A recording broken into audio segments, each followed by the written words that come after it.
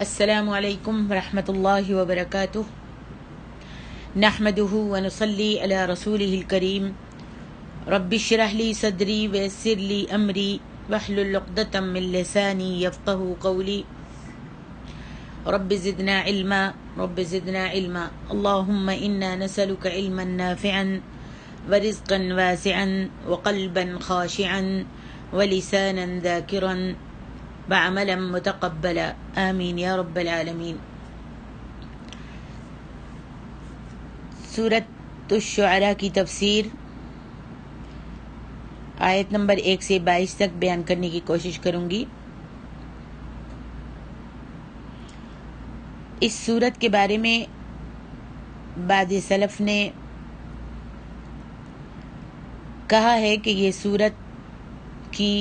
آخری آیتیں جو ہیں وہ مدنی ہیں، لیکن جس سورت کا شروع کا حصہ مکی ہوتا ہے وہ سورت مکی کہلاتی ہے۔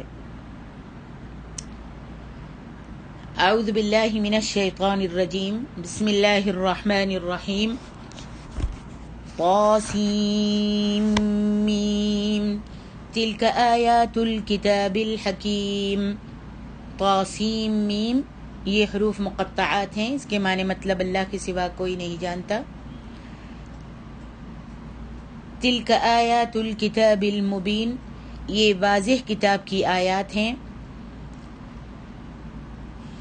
لعلک باخع نفسک الا یکونوا مؤمنین، اے نبی شاید اس غم سے کہ وہ لوگ ایمان نہیں لاتے آپ خود کو ہلاک ہی کر لیں گے۔ ان نشأ ننزل علیہم من السماء آیۃ فظلت اعناقهم لها خاضعین، اگر ہم چاہیں تو ان پر آسمان سے کوئی نشانی اتار دیں، پھر اس کے آگے ان کی گردنیں جھکی ہی رہ جائیں۔ وما یأتیہم من ذکر من الرحمن محدث الا كانوا عنہ معرضین، جو بھی کوئی نئی نصیحت آتی ہے تو وہ اس سے اعراض کر لیتے ہیں۔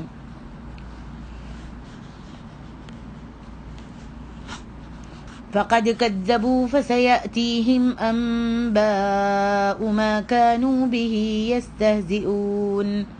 چنانچہ یقیناً وہ جھٹلا چکے، لہذا جلد ان کے پاس ان کی خبریں آئیں گی جس کا وہ مذاق اڑایا کرتے تھے۔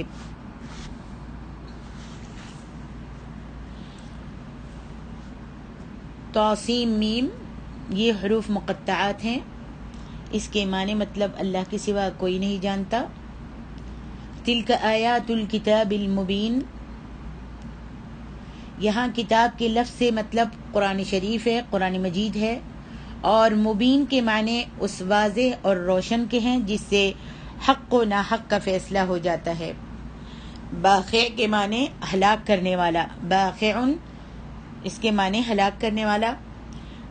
مشرکین مکہ کے ایمان نہ لانے کے صدمے کو، رنج کو درگزر کرنے کے لیے، دور کرنے کے لیے یہ اللہ تبارک و تعالیٰ کی طرف سے نبی علیہ الصلاۃ والسلام کو تسلی ہے۔ یہ اس آیت کی مثل ہے جو سورۃ فاطر کی آیت ہے، فلا تذهب نفسك علیہم حسرات۔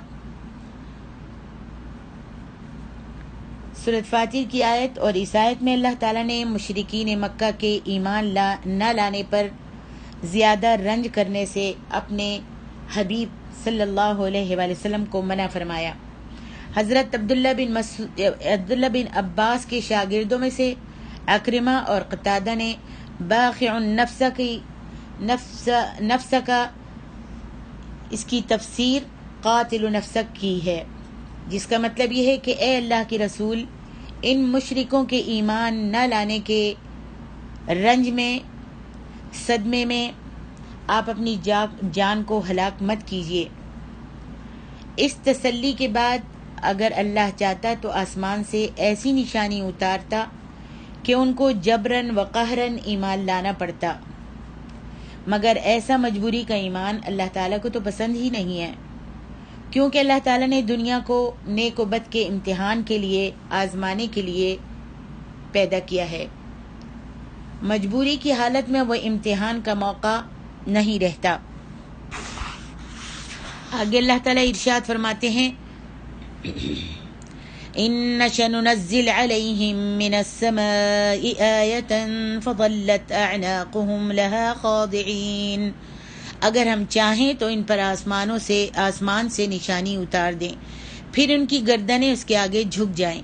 اگر ہم چاہیں تو ان پر ایسی نشانیاں اتار دیں جو انہیں زبردستی ایمان لانے پر مجبور کر دیں، لیکن ہم ایسا نہیں کرتے، کیونکہ ہم یہ چاہتے ہیں کہ ہر شخص مجبوراً نہیں بلکہ اپنے اختیار سے، اپنے دل کے ساتھ ایمان لائے۔ جیسا کہ اللہ تعالیٰ نے فرمایا وَلَوْ شَاءَ رَبُّكَ لَآمَنَ مَن فِي الْأَرْضِ كُلُّهُمْ جَمِيعًا أَفَأَنْتَ تُكْرِهُ النَّاسَ حَتَّى يَكُونُوا مُؤْمِنِينَ، اور اگر آپ کا پروردگار چاہتا تو جتنے لوگ زمین میں ہیں سب کے سب ایمان لے آتے، تو کیا آپ لوگوں پر زبردستی کرنا چاہتے ہیں کہ وہ زبردستی مومن ہو جائیں؟ پھر فرمایا وَمَا يَأْتِيهِم مِّن ذِكْرٍ مِّنَ الرَّحْمَٰنِ مُحْدَثٍ إِلَّا كَانُوا عَنْهُ مُعْرِضِينَ، اور ان کے پاس اللہ رب العالمین کی طرف سے کوئی نئی نصیحت نہیں آتی مگر اس سے منہ پھیر لیتے ہیں۔ یعنی جب بھی ان کے پاس آسمان سے کوئی کتاب نازل ہوتی تو ان میں سے اکثر لوگوں نے اس سے منہ پھیر لیا،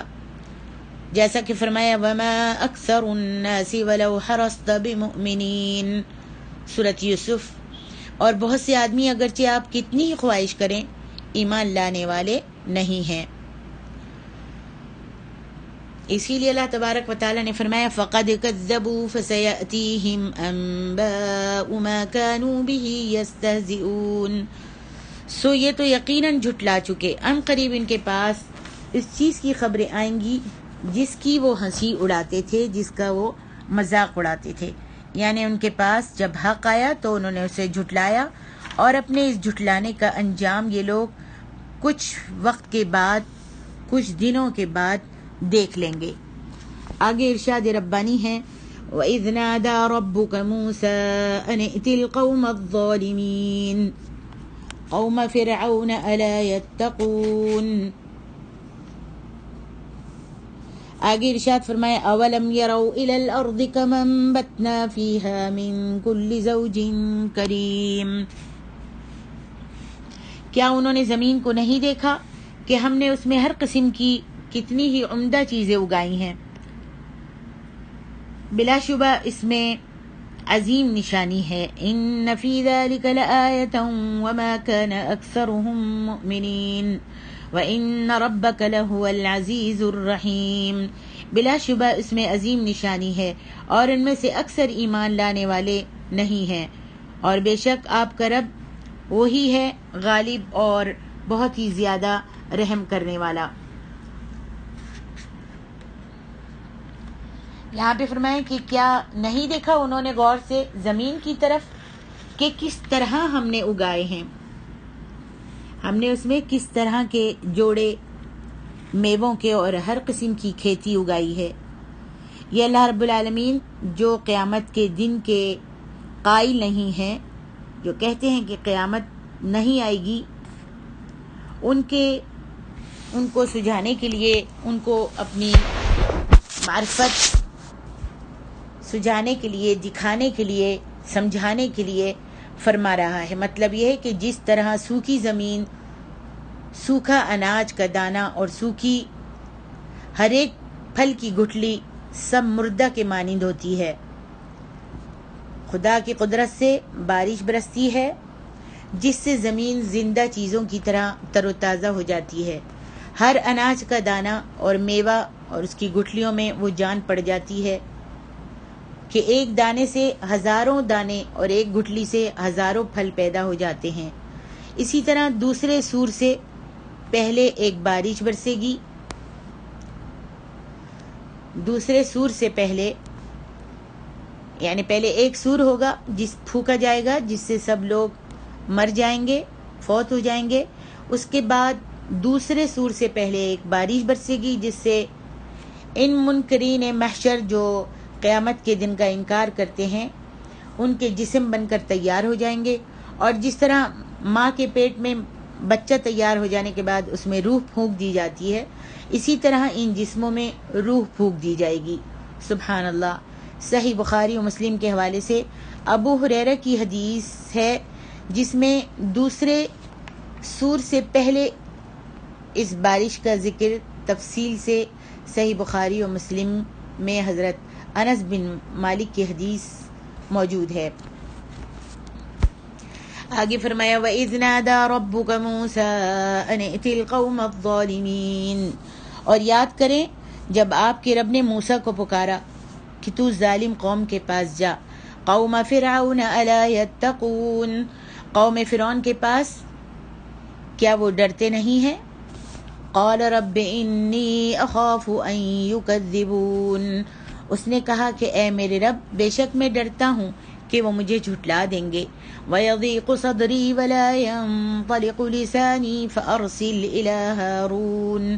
اور میرا سینہ تنگ ہوتا ہے، میری زبان نہیں چلتی، لہذا تو ہارون کی طرف بھی وحی بھیج دے۔ وَلَهُمْ عَلَيَّ ذَنبٌ فَأَخَافُ أَن يَقْتُلُونَ، اور ان کا میرے ذمے ایک جرم ہے، لہذا مجھے خوف آتا ہے کہ وہ مجھے قتل کر دیں گے۔ قال كلا فاذهبا بآياتنا إنا معكم مستمعون، فرمایا ہرگز نہیں، چنانچہ تم دونوں ہماری نشانیوں کے ساتھ جاؤ، یقیناً ہم تمہارے ساتھ ہیں، سننے والے ہیں۔ فأتیا فرعون فقولا إنا رسول رب العالمین، چنانچہ تم دونوں فرعون کے پاس جاؤ، پھر اس سے کہو بلا شبہ ہم اللہ رب العالمین کی طرف سے بھیجے ہوئے رسول ہیں۔ ان ارسل معنا بنی اسرائیل، یہ کہ وہ بنی اسرائیل کو آزاد کر کے ہمارے ساتھ بھیج دیں۔ قال الم نربک فینا ولیدا ولبثت فینا من عمرک سنین، فرعون نے کہا کیا ہم نے اپنے پاس بچپن میں تیری پرورش نہیں کی اور تو ہمارے پرورش نہیں کی۔ وَفَعَلْتَ فَعَلَتَكَ الَّتِي فَعَلْتَ وَأَنْتَ مِنَ الْكَافِرِينَ، اور تو ہمارے درمیان اپنی عمر کے کئی برس نہیں رہا اور تو اپنا وہ کام کر گیا، اور تو وہ کام کر گیا جو، اور تو ناشکروں میں سے ہو گیا۔ قال فعلتها اذا وانا من الضالين، اس نے کہا یعنی موسیٰ نے کہا میں نے وہ کام اس وقت کیا تھا جبکہ میں بھٹکے ہوئے لوگوں میں سے تھا۔ ففررت منكم لما خفتكم فوهب لي ربي حكما وجعلني من المرسلين، پھر جب میں تم سے ڈرا تو میں تم سے بھاگ گیا، پھر میرے رب نے مجھے حکم بخشا اور اس نے مجھے رسولوں میں سے بنا دیا۔ وَتِلْكَ نِعْمَةٌ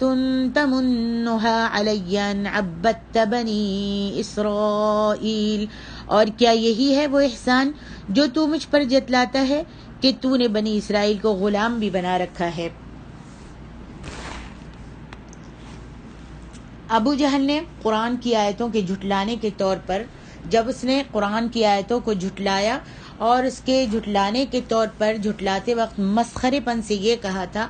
کہ اگر یہ قرآن حق ہے تو ہم لوگوں پر آسمان سے پتھروں کا میں کیوں نہیں برستا، پتھروں کی بارش کیوں نہیں ہوتی۔ ابو جہل کی شرارت کے سبب سے بدر کی لڑائی میں ابو جہل کی اس بات کی وجہ سے اور اس استہزاء و مسخرے پن کی وجہ سے بدر کی لڑائی میں ابو جہل کو زیادہ ذلیل ہونا پڑا تھا۔ چنانچہ جب یہ مرنے لگا تو عبداللہ بن مسعود نے اس کے سینے پر چڑھ کر اس کی داڑھی پکڑ لی تھی اور اس کو برا بھلا کہا تھا، جس کا ذکر صحیح بخاری کی انس بن مالک کی روایتوں میں ہے۔ فَسَيَأْتِيهِمْ أَنْبَاءُ مَا كَانُوا بِهِ يَسْتَهْزِئُونَ، ان حرفوں کی یہ حدیث گویا تفسیر ہے۔ پھر فرمایا اس میں نشانی ہے پروردگار کی قدرت کی، جس نے زمین کو بچھایا اور آسمان کو ایک اونچی چھت بنایا، انسان کو اور اس کی ضرورت کی چیزوں کو پیدا کیا، باوجود اس کے پھر اکثر لوگ ایمان نہیں لاتے بلکہ اس کو اور اس کے رسولوں اور اس کی کتابوں کو جھٹلاتے ہیں اور اس کے حکم کی مخالفت کرتے ہیں اور مناہی کی باتوں پر چلتے ہیں۔ بے شک تیرا رب غالب ہے، ہر شے پر اور رحیم ہے مخلوق پر۔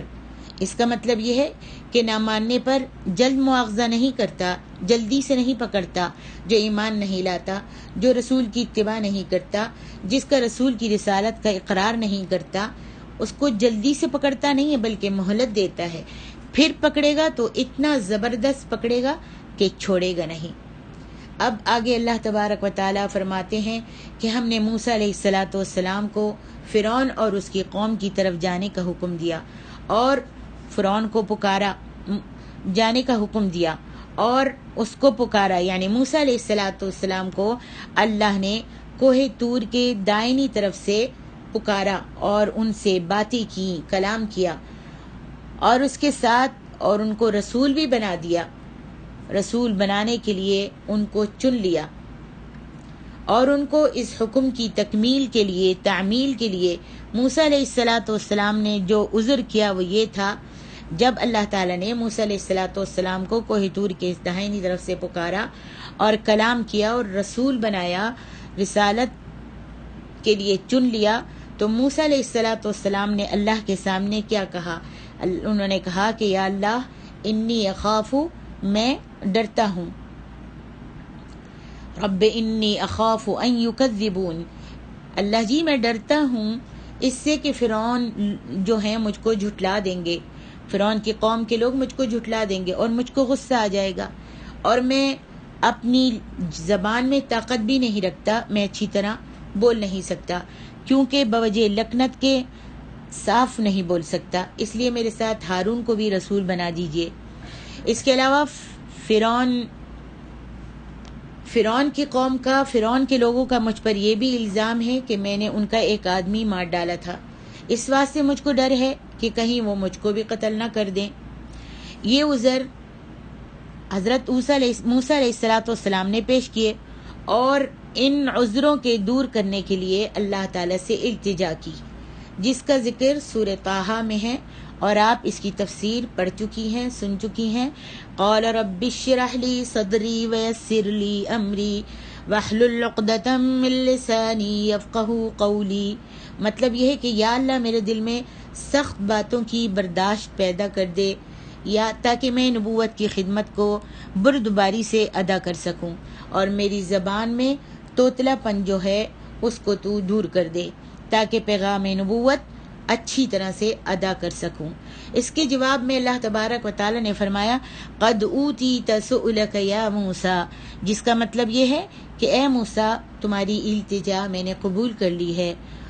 تمہاری بات کو میں نے قبول کر لیا ہے، تمہاری دعا کو میں نے قبول کر لیا ہے۔ حضرت موسیٰ علیہ السلام نے سینے کی کشادگی کا سوال اس لیے کیا تھا کہ غصہ نہ آئے اور زبان سے گرہ کا کھلنا اس واسطے چاہا تھا کہ بچپن میں زبان جل گئی تھی، اچھی طرح بات نہیں کر سکتے تھے، اس واسطے آپ کی یہ التجا تھی کہ وہ بات، وہ جو لکنت ہے جس سے میں اچھی طرح بول نہیں سکتا، وہ میری جاتی رہے۔ حضرت موسیٰ علیہ السلام کی زبان کے جل جانے کا قصہ سورہ طٰہٰ میں ہم بیان کر چکے ہیں، اور قبطی کے مار ڈالنے کا خوف حضرت موسیٰ علیہ السلام کے دل میں تھا، جس کے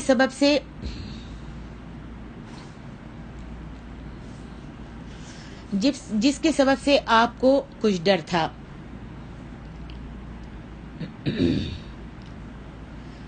اور جس کی وجہ سے آپ کو ڈر تھا اور اسی کی وجہ سے آپ مصر سے نکلے تھے، اسی لیے اللہ تبارک و تعالیٰ نے فرمایا مت ڈرو اور لے جاؤ۔ اللہ تبارک و تعالیٰ نے فرمایا وَلَهُمْ عَلَيَّ ذَنْبٌ فَأَخَافُ أَنْ يَقْتُلُونَ قَالَ كَلَّا فَاذْهَبَا بِآيَاتِنَا إِنَّا مَعَكُمْ مُسْتَمِعُونَ فَأَتِيَا فِرْعَوْنَ فَقُولَا إِنَّا رَسُولُ رَبِّ الْعَالَمِينَ، مت ڈرو اور لے جاؤ میری نشانیاں، میں تمہارے ساتھ ہوں اور میں تمہاری سب باتیں سنتا ہوں۔ جس طرح سورۃ قصص میں اللہ تعالیٰ نے فرمایا سَنَشُدُّ عَضُدَكَ بِأَخِيكَ وَنَجْعَلُ لَكُمَا سُلْطَانًا فَلَا يَصِلُونَ إِلَيْكُمَا بِآيَاتِنَا أَنْتُمَا وَمَنِ اتَّبَعَكُمَا الْغَالِبُونَ، اس کا مطلب یہ ہے کہ ہم قوت دیں گے تیرے بازو کو تیرے بھائی کے ساتھ، اور دیں گے ہم تجھ کو ایسا غلبہ تجھ کو دیں گے کہ وہ لوگ تم تک ہماری مدد سے، بلکہ تم اور جو تمہارے ساتھ ہوں گے ان کے اوپر غالب رہو گے۔ یہ قبطی کے مار ڈالنے کا قصہ سورۃ قصص میں آئے گا انشاءاللہ، جس کا حاصل یہ ہے کہ موسیٰ علیہ السلام نے ایک فرعونی اور اسرائیلی کو جھگڑتے ہوئے دیکھا، ایک فرعون کے قوم کا بندہ اور ایک اسرائیلی، ان کو جھگڑتے ہوئے دیکھا۔ اس جھگڑے میں قصور فرعونی کا تھا، اس لیے موسیٰ علیہ السلام کو غصہ آ گیا اور انہوں نے ایک گھونسا اس فرعونی کے قوم کے فرد کو مار دیا، جس کے صدمے سے وہ فرعونی جو تھا وہ مر گیا، وہ قبطی مر گیا۔ اسی خون کے الزام سے ڈر کر موسیٰ علیہ السلام مدین کی طرف چلے گئے اور وہاں جا کر انہوں نے نکاح کر لیا۔ نکاح کے بعد کچھ عرصے تک مدین میں رہے، اور مدین سے مصر کی واپسی کے وقت کوہ طور پر اللہ تعالیٰ سے وہ باتیں ہوئیں جن کا ذکر ان آیتوں کے شروع میں آپ نے پڑھا ہے، اور مصر میں آنے کے بعد فرعون سے وہ باتیں ہوئیں جن کا ذکر ان آیتوں کے آخر میں ہے۔ حضرت موسیٰ علیہ السلام کی التجا پر جب موسیٰ علیہ السلام اور ہارون علیہ السلام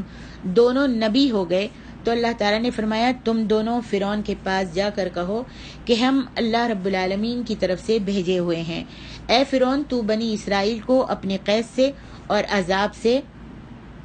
چھوڑ دے، وہ اللہ کے ایماندار بندے ہیں، اور ان کو ہمارے ساتھ کر دے۔ حضرت موسیٰ علیہ السلام خدا کا یہ پیغام لے کر فرعون کے پاس پہنچے اور اللہ کا یہ پیغام فرعون کو سنایا، تو فرعون نے حضرت موسیٰ کی طرف حقارت کی نگاہ سے دیکھ کر کہا کہ تو وہی ہے نا؟ قال ألم نربك فينا وليدا ولبثت فينا من عمرك سنين۔ حقارت سے دیکھ کر کہا کہ تو وہی ہے نا جسے ہم نے پرورش کیا ہے، جو ہمارے گھر میں ہمارے ٹکڑوں پر پلا ہے، اور اپنی عمر کے کتنے سال، اپنی زندگی کے کتنے سال ہمارے پاس گزارے ہیں، تو وہی ہے نا؟ تو اس کا تو نے یہ بدلہ دیا ہم کو کہ ہمارے ہی آدمیوں میں سے ایک آدمی کو تو قتل کر کے بھاگ گیا۔ پھر اس نے کہا کہ تو بڑا ناشکرا ہے۔ حضرت عبداللہ ابن عباس نے لفظ کافرین کی تفسیر ناشکرے کی ہے، اور اس تفسیر کو ابن جریر نے قوی ٹھہرایا ہے۔ فرعون کی ان باتوں کا حضرت موسیٰ نے جواب دیا کہ میں نے یہ کام اس وقت کیا تھا جب مجھ پر وحی نہیں آتی تھی، اور نہ ہی میں اللہ کا نبی رسول تھا۔ حضرت عبداللہ ابن عباس اور مجاہد و قتادہ نے ضلالت کی تفسیر جہالت کے ساتھ کی ہے اور کہا انا من الضالین، اس لیے فرمایا کہ عربی زبان میں ضلالت کا لفظ جہالت کی جگہ اکثر بولا جاتا ہے۔ اسی واسطے ابن جریر کا قول ہے کہ عبداللہ بن مسعود کی قرات بھی اسی طرح سے ہے۔ پھر کہا حضرت موسیٰ نے کہ میں نے جب قتل مجھ سے ہو گیا تو میں بھاگ گیا، تم سے ڈر کر میں بھاگ گیا۔ اب میں اس حالت پر نہیں ہوں، پہلے جیسی حالت اب میری نہیں ہے، کیونکہ اللہ تبارک و تعالیٰ نے اب مجھ کو رسول بنا کر تیرے پاس بھیجا ہے۔ اگر تو میری اطاعت کرے گا تو عذاب سے بچ جائے گا، اور اگر مخالفت کرے گا تو ہلاک ہو جائے گا۔ اور یہ جو تو مجھ پر احسان میری پرورش کا بتا رہا ہے کہ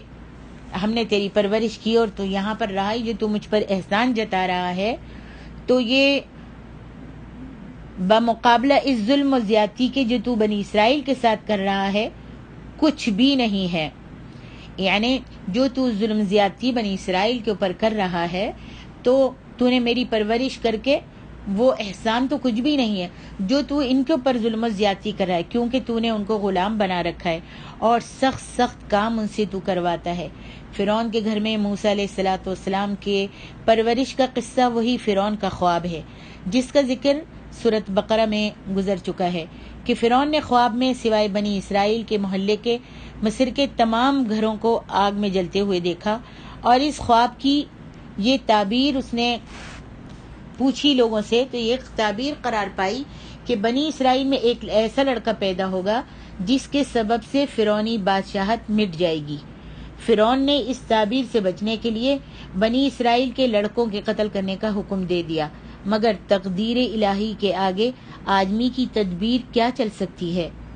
موسیٰ علیہ السلام پیدا ہوئے اور فرعونیوں کے قتل سے اللہ تعالیٰ نے انہیں بچا لیا، اور موسیٰ علیہ السلام کی ماں کے دل میں یہ بات ڈال دی کہ وہ موسیٰ علیہ السلام کو دودھ پلا کر ایک صندوق میں لٹا دیتی تھی اور ایک رسی باندھ کر اس صندوق کو دریائے نیل میں ڈال دیا کرتی تھی۔ ایک دن صندوق کی رسی کھل گئی اور وہ صندوق بہتا بہتا فرعون کے گھر پہنچ گیا۔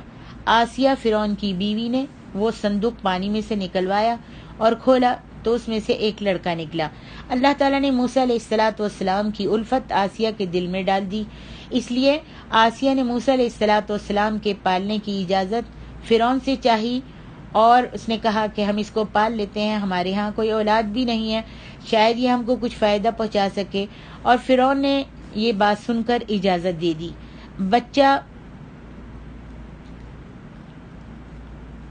بچہ حضرت آسیہ اور فرعون کی گود میں پلنے لگا۔ ایک دن موسیٰ علیہ السلام کو فرعون کی گود میں دیا۔ آسیہ نے ایک دن موسیٰ علیہ السلام کو فرعون کی گود میں دیا۔ موسیٰ علیہ السلام نے آئندہ کی نبوت کے جوش میں فرعون کی داڑھی کو پکڑ لیا اور نوچ لیا، جس سے فرعون کو اندیشہ ہوا کہ شاید یہی وہ فرعونی بادشاہت کو مٹانے والا لڑکا ہے جو میں نے خواب میں دیکھا تھا۔ اس اندیشے کے سبب سے فرعون نے موسیٰ علیہ السلام کے قتل کا، آپ کو مارنے کا ارادہ کیا، مگر آسیہ نے فرعون کو سمجھایا کہ ناسمجھ بچہ ہے، اس کی بات کا آپ خیال کیوں کرتے ہیں؟ اگر ناسمجھی میں بچپن میں بچہ ہونے کی وجہ سے اس نے آپ کی داڑھی کو پکڑ لیا ہے تو آپ اتنا ناراض کیوں ہو رہے ہو؟ آخر میاں بیوی کی قیل و قال کے بعد یہ صلاح ٹھہری کہ ایک پلیٹ میں آگ کے دہتے ہوئے انگارے اور دوسری پلیٹ میں کچھ جواہرات ڈال کر دونوں پلیٹیں جو ہیں اس بچے کے سامنے رکھ دی جائیں۔ اگر یہ بچہ جواہرات کی پلیٹ میں ہاتھ ڈالے گا تو سمجھ جائیں گے، جان لینا کہ یہ جو ہے سمجھ لیا جائے کہ یہ سمجھدار ہے، اور اگر انگاروں کی پلیٹ میں ہاتھ ڈال دے تو سمجھ لینا چاہیے کہ یہ ناسمجھ ہے۔ جس وقت یہ دونوں پلیٹیں موسیٰ علیہ السلام کے سامنے رکھی گئیں تو موسیٰ علیہ السلام چاہتے تھے کہ جواہرات کی پلیٹ میں ہاتھ ڈالیں۔ موسیٰ علیہ السلام نے جواہرات کی پلیٹ میں ہاتھ ڈالنے کی کوشش کی، لیکن جبریل علیہ السلام نے موسیٰ علیہ السلام کا ہاتھ پکڑ کر انگاروں کی پلیٹ میں رکھ دیا اور ایک انگارہ ان کے منہ میں بھی دے دیا، جس سے ان کی زبان جل کر توتلی ہو گئی۔ ان آیتوں میں وَلَا يَنطَلِقُ لِسَانِي کے لفظوں سے موسیٰ علیہ السلام نے اپنی زبان کے اس توتلے پن کے مطلب کو ادا کیا ہے۔ فرعون کے خواب کا قصہ اور موسیٰ علیہ السلام کے زبان جل جانے کا قصہ حضرت عبداللہ بن عباس کے شاگردوں میں سے مجاہد اور سعید بن جبیر کے قول کے مطابق تفسیر صدی اور تفسیر ابن جریر میں معتبر سند سے موجود ہے۔ اس تفسیر میں سفیان ثوری کا قول ہے کہ مجاہد اور تفسیر بن جبیر کی روایت کا تفسیروں میں بڑا اعتبار ہے۔ سفیان بن سعید ثوری معتبر تبع تابعین میں سے ہیں، حدیث کی سب کتابوں میں ان سے روایتیں ہیں۔ یہ آسیہ بنت مزاحم فرعون کی بیوی، جنہوں نے فرعون سے موسیٰ علیہ السلام کے پالنے کی اجازت لی، بنی اسرائیل میں بڑی کامل عورتوں میں سے تھیں۔